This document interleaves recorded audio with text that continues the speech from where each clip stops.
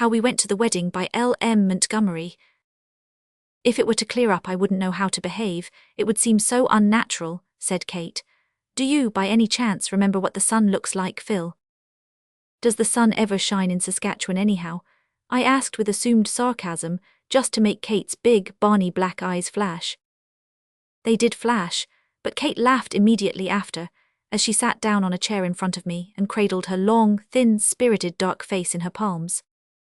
We have more sunny weather in Saskatchewan than in all the rest of Canada put together in an average year, she said, clicking her strong, white teeth and snapping her eyes at me. But I can't blame you for feeling skeptical about it, Phil. If I went to a new country and it rained every day, all night, after I got there for 3 whole weeks, I'd think things not lawful to be uttered about the climate too. So, little cousin, I forgive you. Remember that into each life some rain must fall, some days must be dark and dreary. Oh, if you'd only come to visit me last fall. We had such a beautiful September last year. We were drowned in sunshine. This fall we're drowned in water. Old settlers tell of a similar visitation in 72, though they claim even that wasn't quite as bad as this. I was sitting rather disconsolately by an upper window of Uncle Kenneth Morrison's log house at Arrow Creek. Below was what in dry weather, so at least I was told, was merely a pretty grassy little valley, but which was now a considerable creek of muddy yellow water, rising daily. Beyond was a cheerless prospect of sodden prairie and dripping bluff. It would be a golden, mellow land, with purple hazes over the bluffs in a normal fall, assured Kate. Even now, if the sun were just to shine out for a day, and a good chinook blow, you'd see a surprising change. I feel like chanting continually that old rhyme I learned in the first primer. Philippa, dear girl, don't look so dismal. It's bound to clear up sometime. I wish the sometime would come soon then, I said rather grumpily. You know it hasn't really rained for 3 days, protested Kate. It's been damp and horrid and threatening, but it hasn't rained. I defy you to say that it has actually rained. When it's so wet underfoot that you can't stir out without rubber boots, it might as well be wet overhead too, I said, still grumpily. I believe you're homesick, girl, said Kate anxiously. No, I'm not, I answered, laughing and feeling ashamed of my ungraciousness. Nobody could be homesick with such a jolly good fellow as you around, Kate. It's only that this weather is getting on my nerves a bit. I'm fit for treasons, stratagems, and spoils. If your chinook doesn't come soon, kiddie, I'll do something quite desperate. I feel that way myself, admitted Kate. Real reckless, Phil. Anyhow, let's put on our despised rubber boots and sally out for a wade. Here's Jim Nash coming on horseback down the trail, I said. Let's wait and see if he's got the mail. We hurried down, Kate humming, Somewhere the sun is shining, solely, I believe, because she knew it aggravated me. At any other time I should probably have thrown a pillow at her, but just now I was too eager to see if Jim Nash had brought any mail. I had come from Ontario, the 1st of September, to visit Uncle Kenneth Morrison's family. I had been looking forward to the trip for several years. My cousin Kate and I had always corresponded since they had gone west 10 years before, and Kate, who revelled in the Western life, had sung the praises of her adopted land rapturously and constantly. It was quite a joke on her that, when I did finally come to visit her, I should have struck the wettest autumn ever recorded in the history of the West. A wet September in Saskatchewan is no joke, however. The country was almost flooded out. The trails soon became nearly impassable. All our plans for drives and picnics and inter-neighbor visiting, at that time a neighbor meant a man who lived at least 6 miles away, had to be given up. Yet I was not lonesome, and I enjoyed my visit in spite of everything. Kate was a host in herself. She was 28 years old, 8 years my senior, but the difference in our ages had never been any barrier to our friendship. She was a jolly, companionable, philosophical soul, with a jest for every situation, and a merry solution for every perplexity. The only fault I had to find with her was her tendency to make parodies. Kate's parodies were perfectly awful and always got on my nerves. She was dreadfully ashamed of the way the Saskatchewan weather was behaving after all her boasting. She was thin at the best of times, but now she grew positively scraggy with the worry of it. I am afraid I took an unholy delight in teasing her, and abused the Western weather even more than was necessary. Jim Nash, the lank youth who was hired to look after the place during Uncle Kenneth's absence on a prolonged thrashing expedition, had brought some mail. Kate's share was a letter postmarked Bothwell, a rising little town about 120 miles from Arrow Creek. Kate had several friends there, and one of our plans had been to visit Bothwell and spend a week with them. We had meant to drive, of course, since there was no other way of getting there, and equally of course the plan had been abandoned because of the wet weather. "Mother," exclaimed Kate, "Mary Taylor is going to be married in a fortnight's time. She wants Phil and me to go up to Bothwell for the wedding." "What a pity you can't go," remarked Aunt Jenny placidly. Aunt Jenny was always a placid little soul, with a most enviable knack of taking everything easy. Nothing ever worried her greatly, and when she had decided that a thing was inevitable it did not worry her at all. "But I am going," cried Kate. "I will go, I must go. I positively cannot let Mary Taylor, my own beloved Marley, go and perpetrate matrimony without my being on hand to see it. Yes, I'm going, and if Phil has a spark of the old Blair pioneer spirit in her, she'll go too." "Of course I'll go if you go," I said. Aunt Jenny did not think we were in earnest, so she merely laughed at first and said, "How do you propose to go, fly or swim?" "We'll drive as usual," said Kate calmly. "I'd feel more at home in that way of locomotion. We'll borrow Jim Nash's father's Democrat and take the ponies. We'll put on old clothes, raincoats, rubber caps and boots, and we'll start tomorrow. In an ordinary time we could easily do it in 6 days or less, but this fall we'll probably need 10 or 12. "You don't really mean to go, Kate," said Aunt Jenny, beginning to perceive that Kate did mean it. "I do," said Kate in a convincing tone. Aunt Jenny felt a little worried, as much as she could feel worried over anything, and she tried her best to dissuade Kate, although she plainly did not have much hope of doing so, having had enough experience with her determined daughter to realize that when Kate said she was going to do a thing she did it. It was rather funny to listen to the ensuing dialogue. "Kate, you can't do it, it's a crazy idea. The road is 120 miles long." "I've driven it twice, Mother." "Yes, but not in such a wet year. The trail is impassable in places." "Oh, there are always plenty of dry spots to be found if you only look hard for them." "But you don't know where to look for them, and goodness knows what you'll get into while you are looking."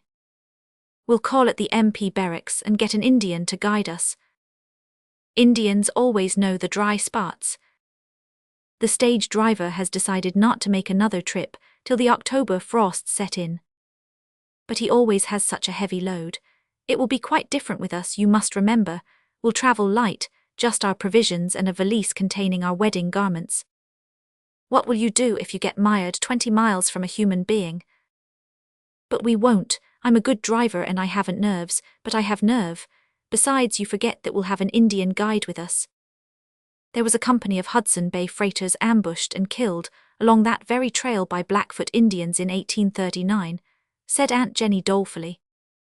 50 years ago, their ghosts must have ceased to haunt it by this time, said Kate flippantly. Well, you'll get wet through and catch your deaths of cold, protested Aunt Jenny. No fear of it, we'll be cased in rubber, and we'll borrow a good tight tent from the MPS besides. I'm sure it's not going to rain much more. I know the signs.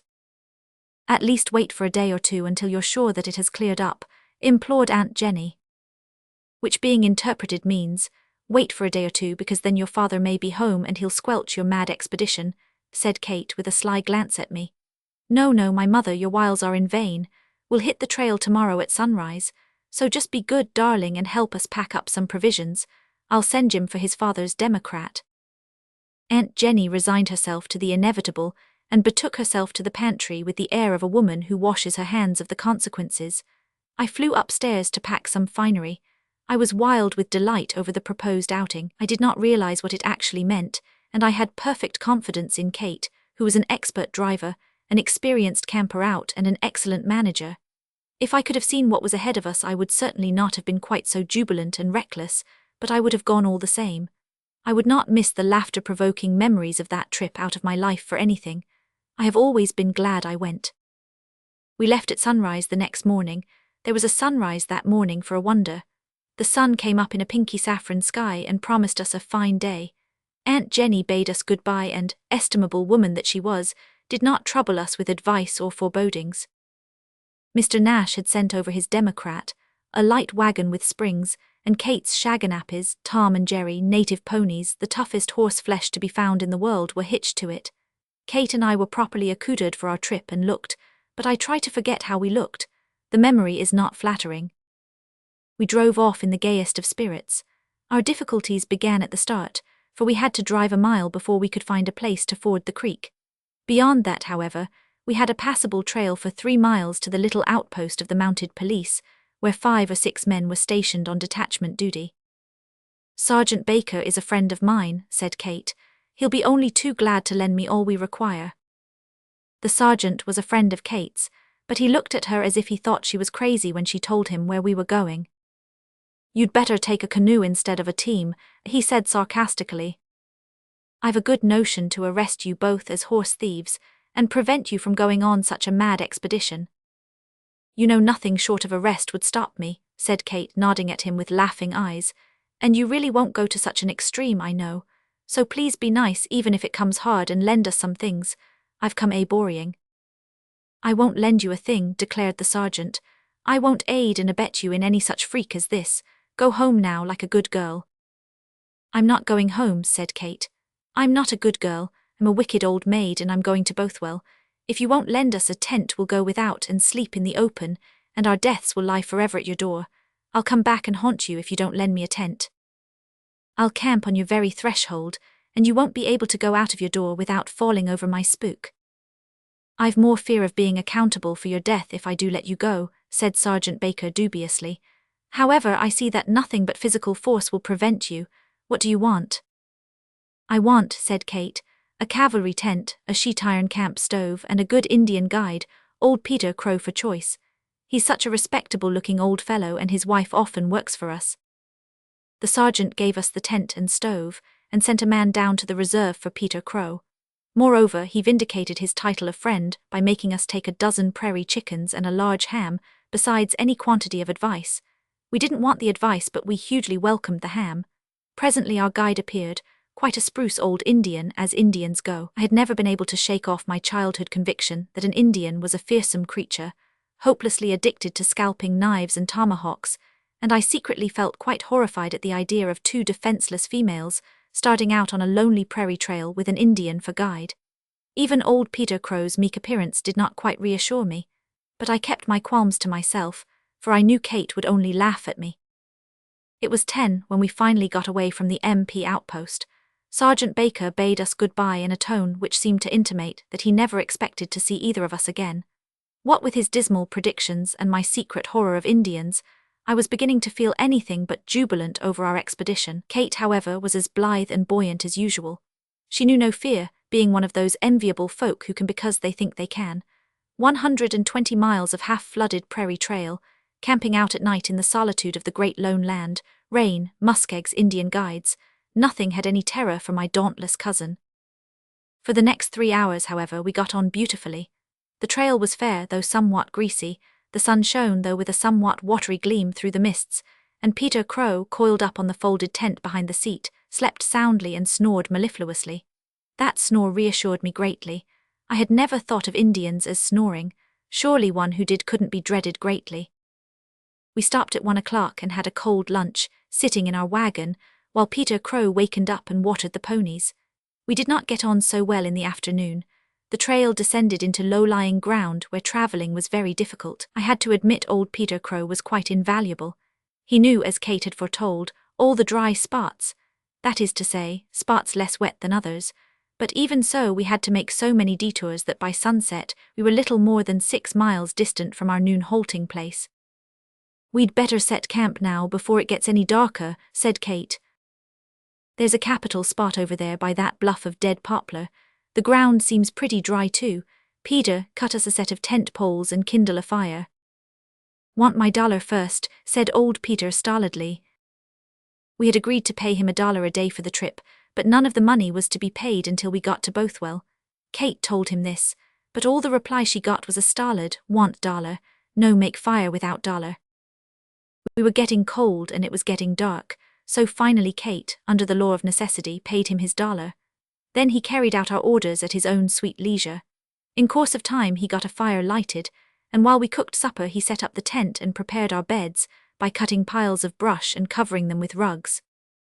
Kate and I had a hilarious time cooking that supper. It was my first experience of camping out, and as I had become pretty well convinced that Peter Crow was not the typical Indian of old romance, I enjoyed it all hugely. But we were both very tired, and as soon as we had finished eating, we betook ourselves to our tent and found our brush beds much more comfortable than I had expected. Old Peter coiled up on his blanket outside by the fire, and the great silence of a windless prairie enwrapped us. In a few minutes we were sound asleep and never wakened until 7 o'clock. When we arose and lifted the flap of the tent, we saw a peculiar sight. The little elevation on which we had pitched our camp seemed to be an island in a vast sea of white mist, dotted here and there with other islands. On every hand to the far horizon stretched that strange, phantasmal ocean, and a hazy sun looked over the shifting billows. I had never seen a western mist before, and I thought it extremely beautiful, but Kate, to whom it was no novelty, was more cumbered with breakfast cares. "I'm ravenous," she said, as she bustled about among our stores. "Camping out always does give one such an appetite. Aren't you hungry, Phil?" "Comfortably so," I admitted, "but where are our ponies, and where is Peter Crow?" "Probably the ponies have strayed away looking for pea vines. They love and adore pea vines," said Kate, stirring up the fire from under its blanket of grey ashes. "And Peter Crow has gone to look for them, good old fellow. When you do get a conscientious Indian, there is no better guide in the world, but they are rare. Now, Philippa girl, just pry out the sergeant's ham and shave a few slices off it for our breakfast. Some savoury fried ham always goes well on the prairie." I went for the ham but could not find it. A thorough search among our effects revealed it not. "Kate, I can't find the ham," I called out. "It must have fallen out somewhere on the trail." Kate ceased wrestling with the fire and came to help in the search for the missing delicacy. "It couldn't have fallen out," she said incredulously. "That is impossible. The tent was fastened securely over everything. Nothing could have jolted out." "Well then, where is the ham?" I said. That question was unanswerable, as Kate discovered after another thorough search. The ham was gone, that much was certain. "I believe Peter Crow has levanted with the ham," I said decidedly. "I don't believe Peter Crow could be so dishonest," said Kate rather shortly. "His wife has worked for us for years, and she's as honest as the sunlight." "Honesty isn't catching," I remarked, but I said nothing more just then, for Kate's black eyes were snapping. "Anyway, we can't have ham for breakfast," she said, twitching out the frying pan rather viciously. "We'll have to put up with canned chicken, if the cans haven't disappeared too." They hadn't, and we soon produced a very tolerable breakfast, but neither of us had much appetite. "Do you suppose Peter Crow has taken the horses as well as the ham?" I asked. "No," gloomily responded Kate, who had evidently been compelled by the logic of hard facts to believe in Peter's guilt. "He would hardly dare to do that, because he couldn't dispose of them without being found out. They've probably strayed away on their own account when Peter decamped. As soon as this mist lifts, I'll have a look for them. They can't have gone far." We were spared this trouble, however, for when we were washing up the dishes, the ponies returned of their own accord. Kate caught them and harnessed them. "Are we going on?" I asked mildly. "Of course we're going on," said Kate, her good humour entirely restored. "Do you suppose I'm going to be turned from my purpose by the defection of a miserable old Indian? Oh, wait till he comes round in the winter, begging." "Will he come?" I asked.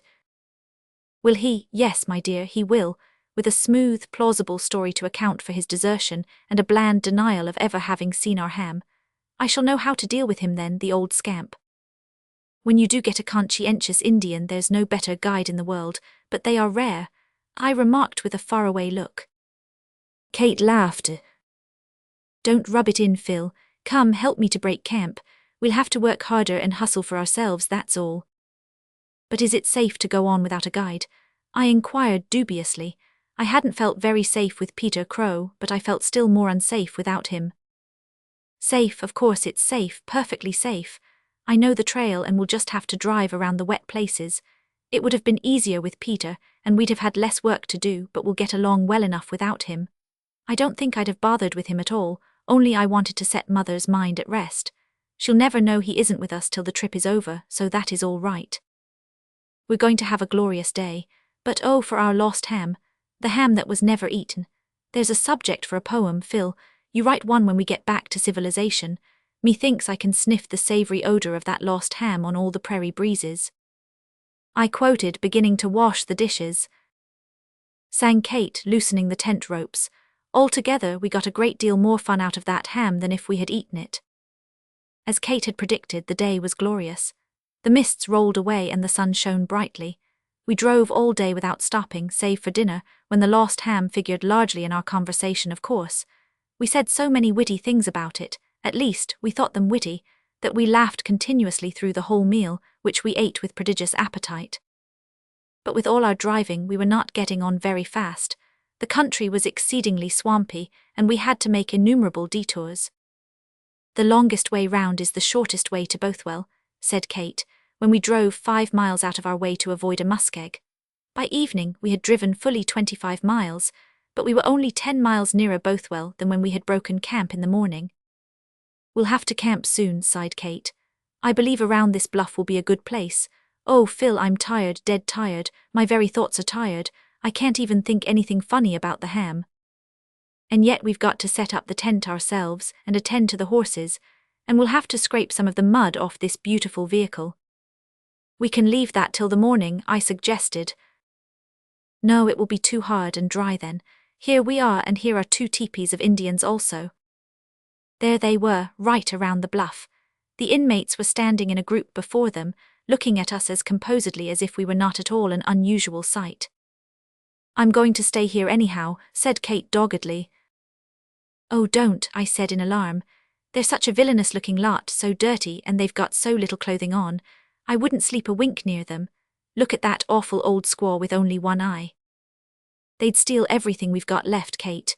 Remember the ham? Oh, pray remember the fate of our beautiful ham." "I shall never forget that ham," said Kate wearily.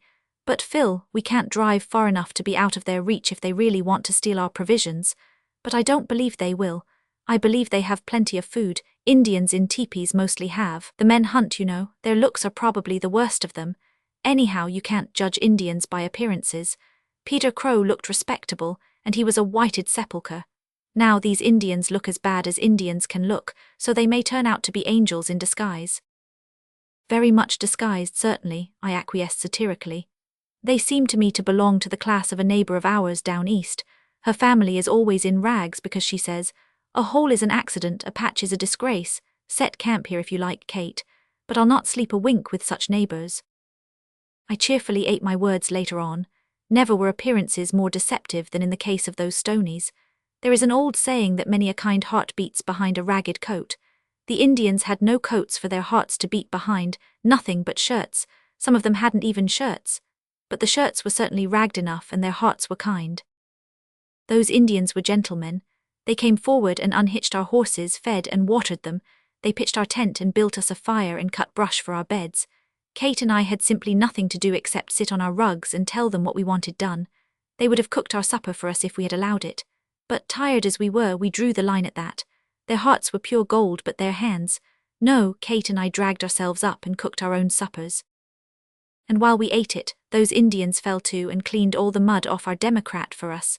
To crown all, it is almost unbelievable, but it is true, I solemnly avow, they wouldn't take a cent of payment for it all, urge them as we might and did. "Well," said Kate, as we curled up on our brush beds that night, "there certainly is a special providence for unprotected females.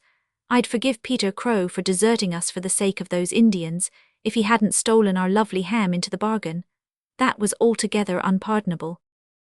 In the morning the Indians broke camp for us and harnessed our shaganappies. We drove off, waving our hands to them, the delightful creatures. We never saw any of them again. I fear their kind is scarce, but as long as I live I shall remember those Stonies with gratitude. We got on fairly well that 3rd day, and made about 15 miles before dinner time. We ate 3 of the sergeant's prairie chickens for dinner, and enjoyed them. "But only think how delicious the ham would have been," said Kate. Our real troubles began that afternoon. We had not been driving long when the trail swooped down suddenly into a broad depression, a swamp so full of mud holes that there didn't seem to be anything but mud holes. We pulled through 6 of them, but in the 7th we stuck hard and fast. Pull as our ponies could and did, they could not pull us out. "What are we to do?" I said, becoming horribly frightened all at once. It seemed to me that our predicament was a dreadful one. "Keep cool," said Kate. She calmly took off her shoes and stockings, tucked up her skirt and waded to the horses' heads. "Can't I do anything?" I implored. "Yes, take the whip and spare it not," said Kate. "I'll encourage them here with sundry tugs and inspiriting words. You urge them behind with a good lambasting. Accordingly we encouraged and urged, tugged and lambasted with a right good will, but all to no effect. Our ponies did their best, but they could not pull the Democrat out of that slough. Oh, what, I began, and then I stopped. I resolved that I would not ask that question again in that tone in that scrape. I would be cheerful and courageous like Kate, splendid Kate. I shall have to unhitch them, tie one of them to that stump, and ride off on the other for help, said Kate. Where to? I asked. Till I find it, grinned Kate, who seemed to think the whole disaster a capital joke. I may have to go clean back to the teepees and further. For that matter, I don't believe there were any teepees. Those Indians were too good to be true. They were phantoms of delight, such stuff as dreams are made of. But even if they were real, they won't be there now. They'll have folded their tents like the Arabs and as silently stolen away. But I'll find help somewhere. I can't stay here alone.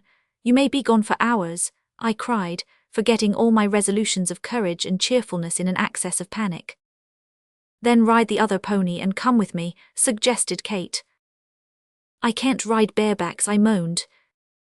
Then you'll have to stay here, said Kate decidedly. There's nothing to hurt you, Phil. Sit in the wagon and keep dry. Eat something if you get hungry. I may not be very long. I realized that there was nothing else to do, and rather ashamed of my panic, I resigned myself to the inevitable and saw Kate off with a smile of encouragement. Then I waited. I was tired and frightened, horribly frightened. I sat there and imagined scores of gruesome possibilities. It was no use telling myself to be brave. I couldn't be brave. I never was in such a blue funk before or since. Suppose Kate got lost. Suppose she couldn't find me again. Suppose something happened to her. Suppose she couldn't get help.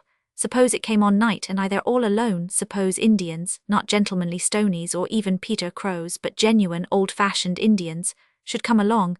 Suppose it began to pour rain. It did begin to rain, the only one of my suppositions which came true. I hoisted an umbrella and sat there grimly, in that horseless wagon in the mud hole. Many a time since have I laughed over the memory of the appearance I must have presented sitting in that mud hole, but there was nothing in the least funny about it at the time. The worst feature of it all was the uncertainty. I could have waited patiently enough and conquered my fears if I had known that Kate would find help and return within a reasonable time, at least before dark. But everything was doubtful. I was not composed of the stuff out of which heroines are fashioned, and I devoutly wished we had never left Arrow Creek. Shouts, calls, laughter, Kate's dear voice in an encouraging cry from the hill behind me. Halloo, honey, hold the fort a few minutes longer. Here we are. Bless her, hasn't she been a brick to stay here all alone like this, and a tenderfoot at that? I could have cried with joy, but I saw that there were men with Kate, 2 men, white men, and I laughed instead. I had not been brave, I had been an errant little coward, but I vowed that nobody, not even Kate, should suspect it. Later on Kate told me how she had fared in her search for assistance. When I left you, Phil, I felt much more anxious than I wanted to let you see. I had no idea where to go. I knew there were no houses along our trail and I might have to go clean back to the teepees, 15 miles bareback. I didn't dare try any other trail, for I knew nothing of them and wasn't sure that there were even teepees on them, but when I had gone about 6 miles I saw a welcome sight. Nothing less than a spiral of blue, homely-looking smoke curling up from the prairie far off to my right. I decided to turn off and investigate. I rode 2 miles, and finally I came to a little log shack. There was a beautiful big horse in a corral close by. My heart jumped with joy. But suppose the inmates of the shack were half-breeds. You can't realize how relieved I felt when the door opened and 2 white men came out. In a few minutes everything was explained. They knew who I was and what I wanted, and I knew that they were Mr. Lansdale and Mr. Hopkins, owners of a big ranch over by Deer Run. They were shacking out to put up some hay, and Mrs. Hopkins was keeping house for them. She wanted me to stop and have a cup of tea right off, but I thought of you, Phil, and declined. As soon as they heard of our predicament, those lovely men got their 2 biggest horses and came right with me.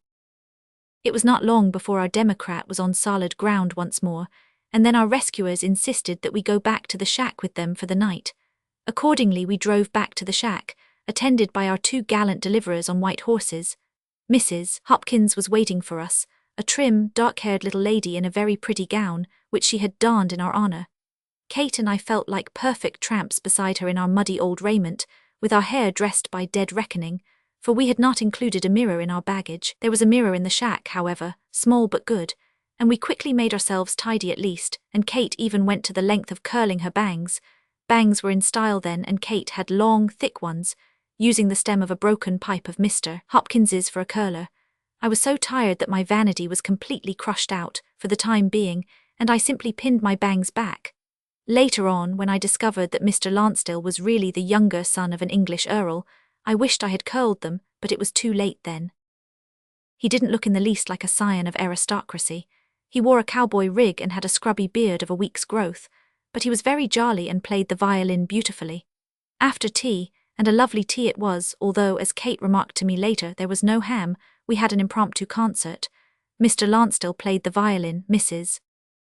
Hopkins, who sang, was a graduate of a musical conservatory. Mr. Hopkins gave a comic recitation and did a Cree-war dance. Kate gave a spirited account of our adventures since leaving home and mother, and I described, with trimmings, how I felt sitting alone in the Democrat in a mud hole, in a pouring rain on a vast prairie. Mrs. Hopkins, Kate, and I slept in the one bed the shack boasted, screened off from public view by a calico curtain. Mr. Lansdale reposed in his accustomed bunk by the stove, but poor Mr. Hopkins had to sleep on the floor. He must have been glad Kate and I stayed only one night. The fourth morning found us blithely hitting the trail in renewed confidence and spirits. We parted from our kind friends in the shack with mutual regret. Mr. Hopkins gave us a haunch of jumping deer, and Mrs. Hopkins gave us a box of homemade cookies. Mr. Lansdale at first thought he couldn't give us anything, for he said all he had with him was his pipe and his fiddle. But later on he said he felt so badly to see us go without any token of his goodwill that he felt constrained to ask us to accept a piece of rope that he had tied his outfit together with. The fourth day we got on so nicely that it was quite monotonous. The sun shone, the Chinook blew, our ponies trotted over the trail gallantly.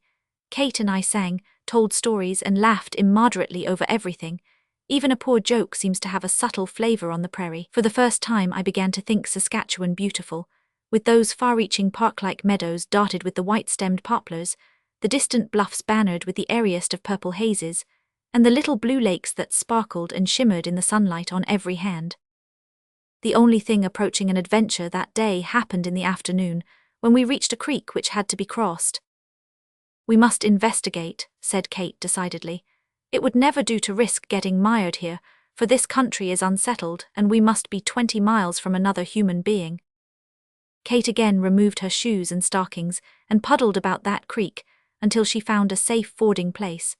I am afraid I must admit that I laughed most heartlessly at the spectacle she presented while so employed. "Oh, for a camera, Kate," I said between spasms. Kate grinned. "I don't care what I look like," she said, "but I feel wretchedly unpleasant. This water is simply swarming with wigglers." "Goodness, what are they?" I exclaimed. "Oh, they're tiny little things like leeches," responded Kate. "I believe they develop into mosquitoes later on, bad cess to them. What Mr. Nash would call my pedal extremities are simply being devoured by the brutes. Ah, I believe the bottom of this creek is all soft mud. We may have to drive, no, as I'm a living, wiggler-haunted human being, here's firm bottom. Hurrah, Phil, we're all right." In a few minutes we were past the creek and bowling merrily on our way. We had a beautiful camping ground that night, a fairy-like little slope of white poplars with a blue lake at its foot. When the sun went down, a milk-white mist hung over the prairie, with a young moon kissing it. We boiled some slices of our jumping deer and ate them in the open around a cheery campfire. Then we sought our humble couches, where we slept the sleep of just people who had been driving over the prairie all day. Once in the night I wakened. It was very dark. The unearthly stillness of a great prairie was all around me. In that vast silence Kate's soft breathing at my side seemed an intrusion of sound where no sound should be. "Philippa Blair, can you believe it's yourself?" I said mentally. "Here you are, lying on a brush bed on a western prairie in the middle of the night, at least 20 miles from any human being except another frail creature of your own sex. Yet you're not even frightened. You are very comfy and composed, and you're going right to sleep again." And right to sleep again I went. Our fifth day began ominously. We had made an early start and had driven about 6 miles when the calamity occurred. Kate turned a corner too sharply to avoid a big boulder. There was a heart-breaking sound. "The tongue of the wagon is broken," cried Kate in dismay. All too surely it was. We looked at each other blankly. "What can we do?" I said. I'm sure I don't know, said Kate helplessly. When Kate felt helpless, I thought things must be desperate indeed. We got out and investigated the damage. It's not a clean break, said Kate. It's a long, slanting break. If we had a piece of rope, I believe I could fix it. Mr. Lansdale's piece of rope, I cried. The very thing, said Kate, brightening up. The rope was found and we set to work. With the aid of some willow withes and that providential rope, we contrived to splice the tongue together in some shape. Although the trail was good, we made only 12 miles the rest of the day, so slowly did we have to drive. Besides, we were continually expecting that tongue to give way again, and the strain was bad for our nerves. When we came at sunset to the junction of the Black River Trail with ours, Kate resolutely turned the shaganappies down it. We'll go and spend the night with the Brewsters, she said. They live only 10 miles down this trail. I went to school in Regina with Hannah Brewster, and though I haven't seen her for 10 years, I know she'll be glad to see us. She's a lovely person, and her husband is a very nice man. I visited them once after they were married. We soon arrived at the Brewster place. It was a trim, whitewashed little log house in a grove of poplars, but all the blinds were down and we discovered the door was locked. Evidently the Brewsters were not at home. Never mind, said Kate cheerfully. We'll light a fire outside and cook our supper, and then we'll spend the night in the barn. A bed of prairie hay will be just the thing. But the barn was locked too. It was now dark and our plight was rather desperate. I'm going to get into the house if I have to break a window, said Kate resolutely. Hannah would want us to do that. She'd never get over it if she heard we came to her house and couldn't get in. Fortunately, we did not have to go to the length of breaking into Hannah's house. The kitchen window went up quite easily. We turned the shaganappies loose to forage for themselves, grass and water being abundant. Then we climbed in at the window, lighted our lantern, and found ourselves in a very snug little kitchen. Opening off it on one side was a trim, nicely furnished parlour, and on the other a well-stocked pantry.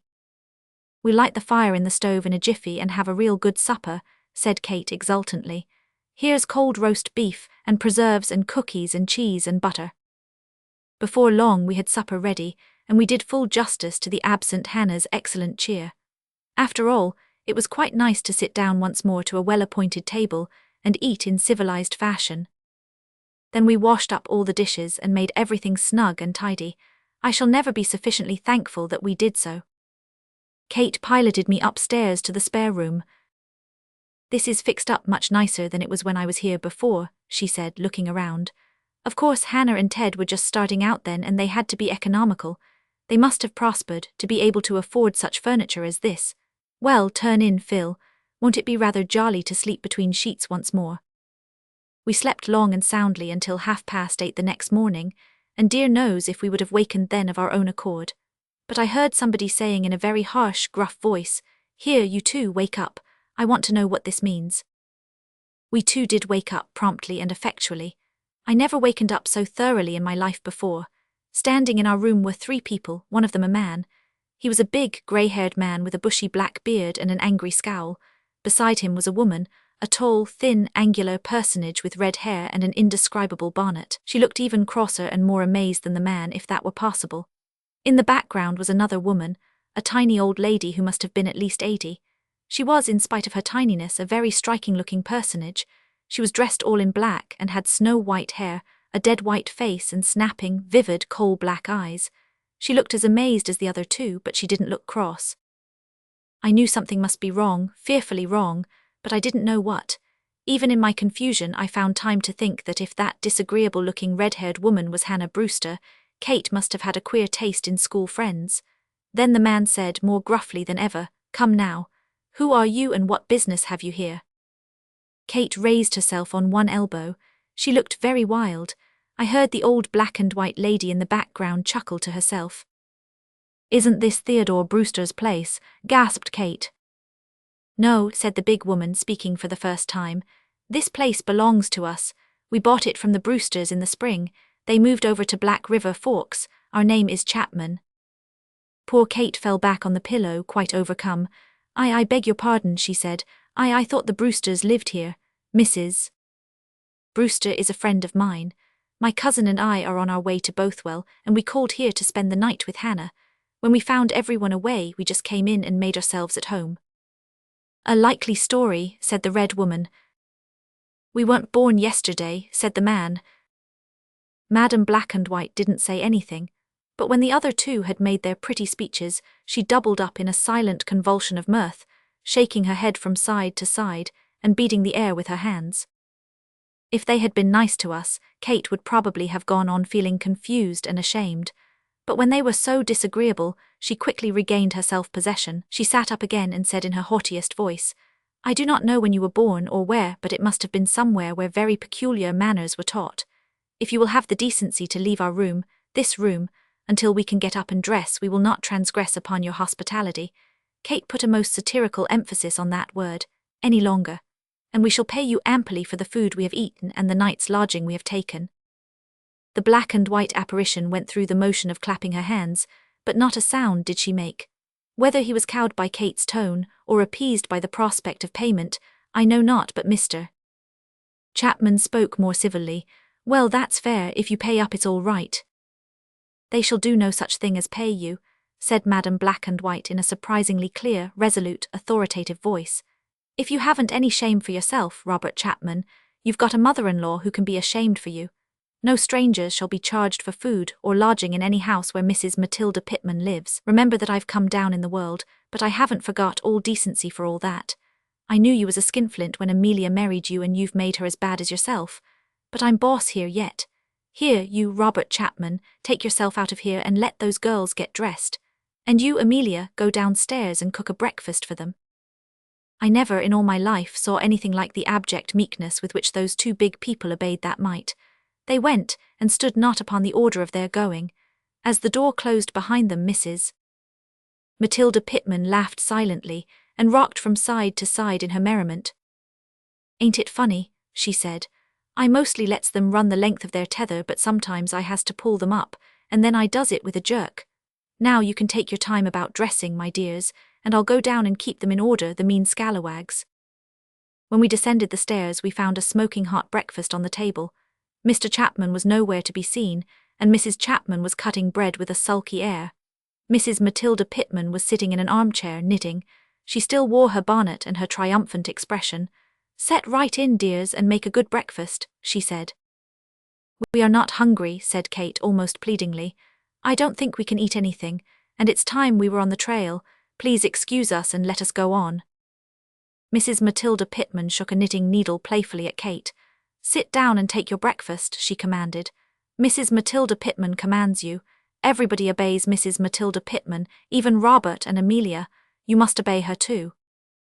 We did obey her. We sat down, and such was the influence of her mesmeric eyes, we ate a tolerable breakfast. The obedient Amelia never spoke.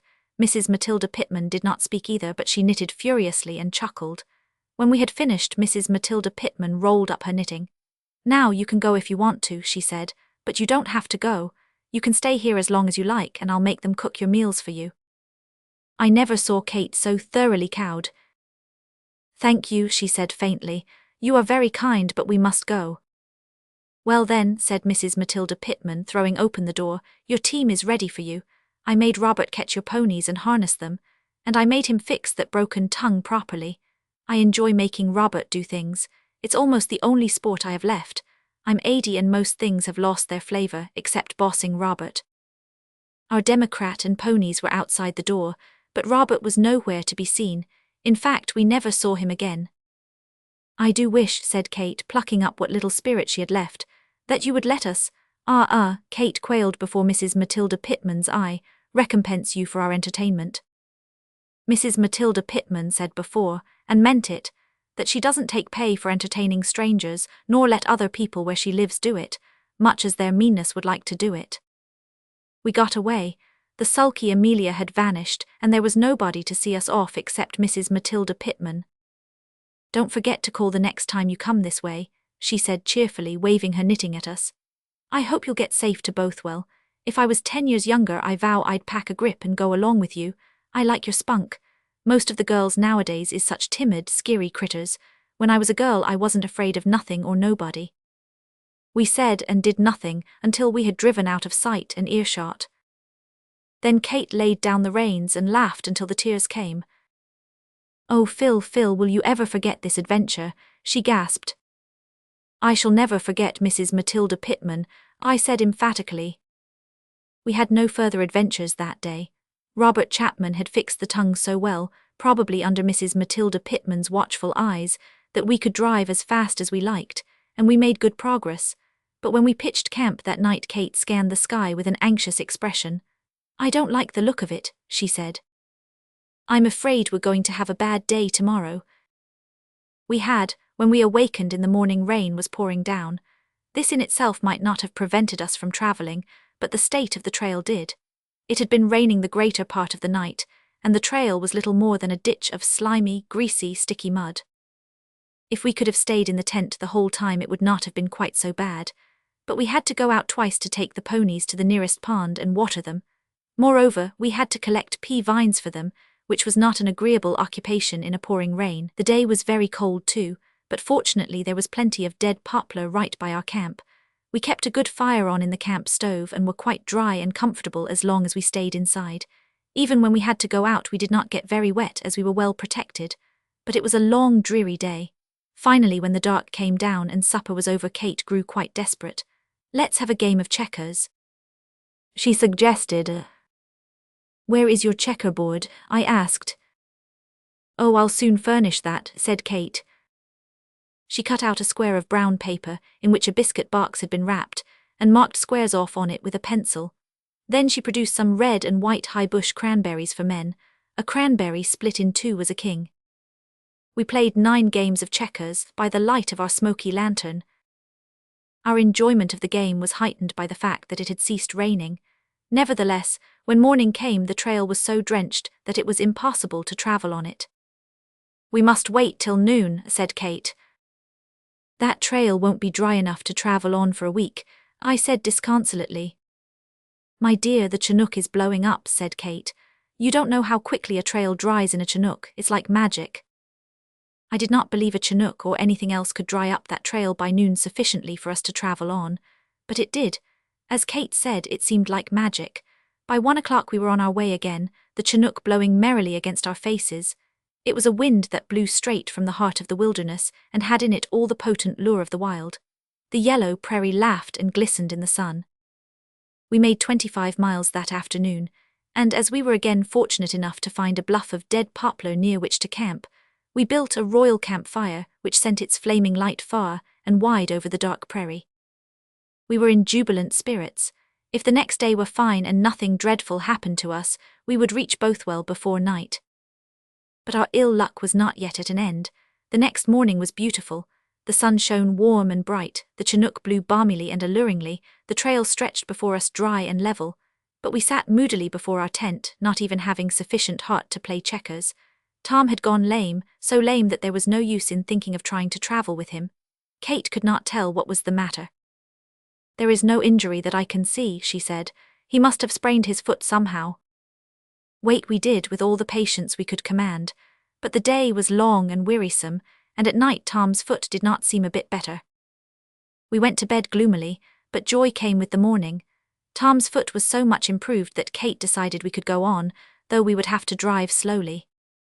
There's no chance of making Bothwell today, she said, but at least we shall be getting a little nearer to it. I don't believe there is such a place as Bothwell or any other town, I said pessimistically. There's nothing in the world but prairie, and we'll go on driving over it forever, like a couple of female wandering Jews. It seems years since we left Arrow Creek. Well, we've had lots of fun out of it all, you know, said Kate.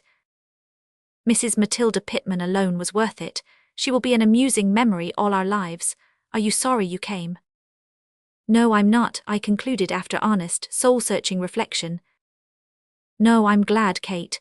But I think we were crazy to attempt it, as Sergeant Baker said. Think of all the might-have-beens. Nothing else will happen, said Kate. I feel in my bones that our troubles are over. Kate's bones proved true prophets. Nevertheless, that day was a weary one. There was no scenery. We had got into a barren, lakeless, treeless district where the world was one monotonous expanse of grey-brown prairie. We just crawled along. Kate had her hands full driving those ponies. Jerry was in capital fettle and couldn't understand why he mightn't tear ahead at full speed. He was so much disgusted over being compelled to walk that he was very fractious. Poor Tom limped patiently along. But by night his lameness had quite disappeared, and although we were still a good 25 miles from Bothwell, we could see it quite distinctly far ahead on the level prairie. "'Tis a sight for sore eyes, isn't it?" said Kate as we pitched camp. There is little more to be told. Next day at noon we rattled through the main and only street of Bothwell. Curious sights are frequent in prairie towns, so we did not attract much attention. When we drew up before Mr. Taylor's house, Mary Taylor flew out and embraced Kate publicly. "You darling, I knew you'd get here if anyone could.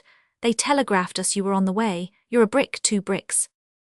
"No, I'm not a brick at all, Miss Taylor," I confessed frankly. "I've been an errant coward and a doubting Thomas and a wet blanket all through the expedition, but Kate is a brick and a genius and an all-round, jolly good fellow." "Mary," said Kate in a tragic whisper, "have you any ham in the house?"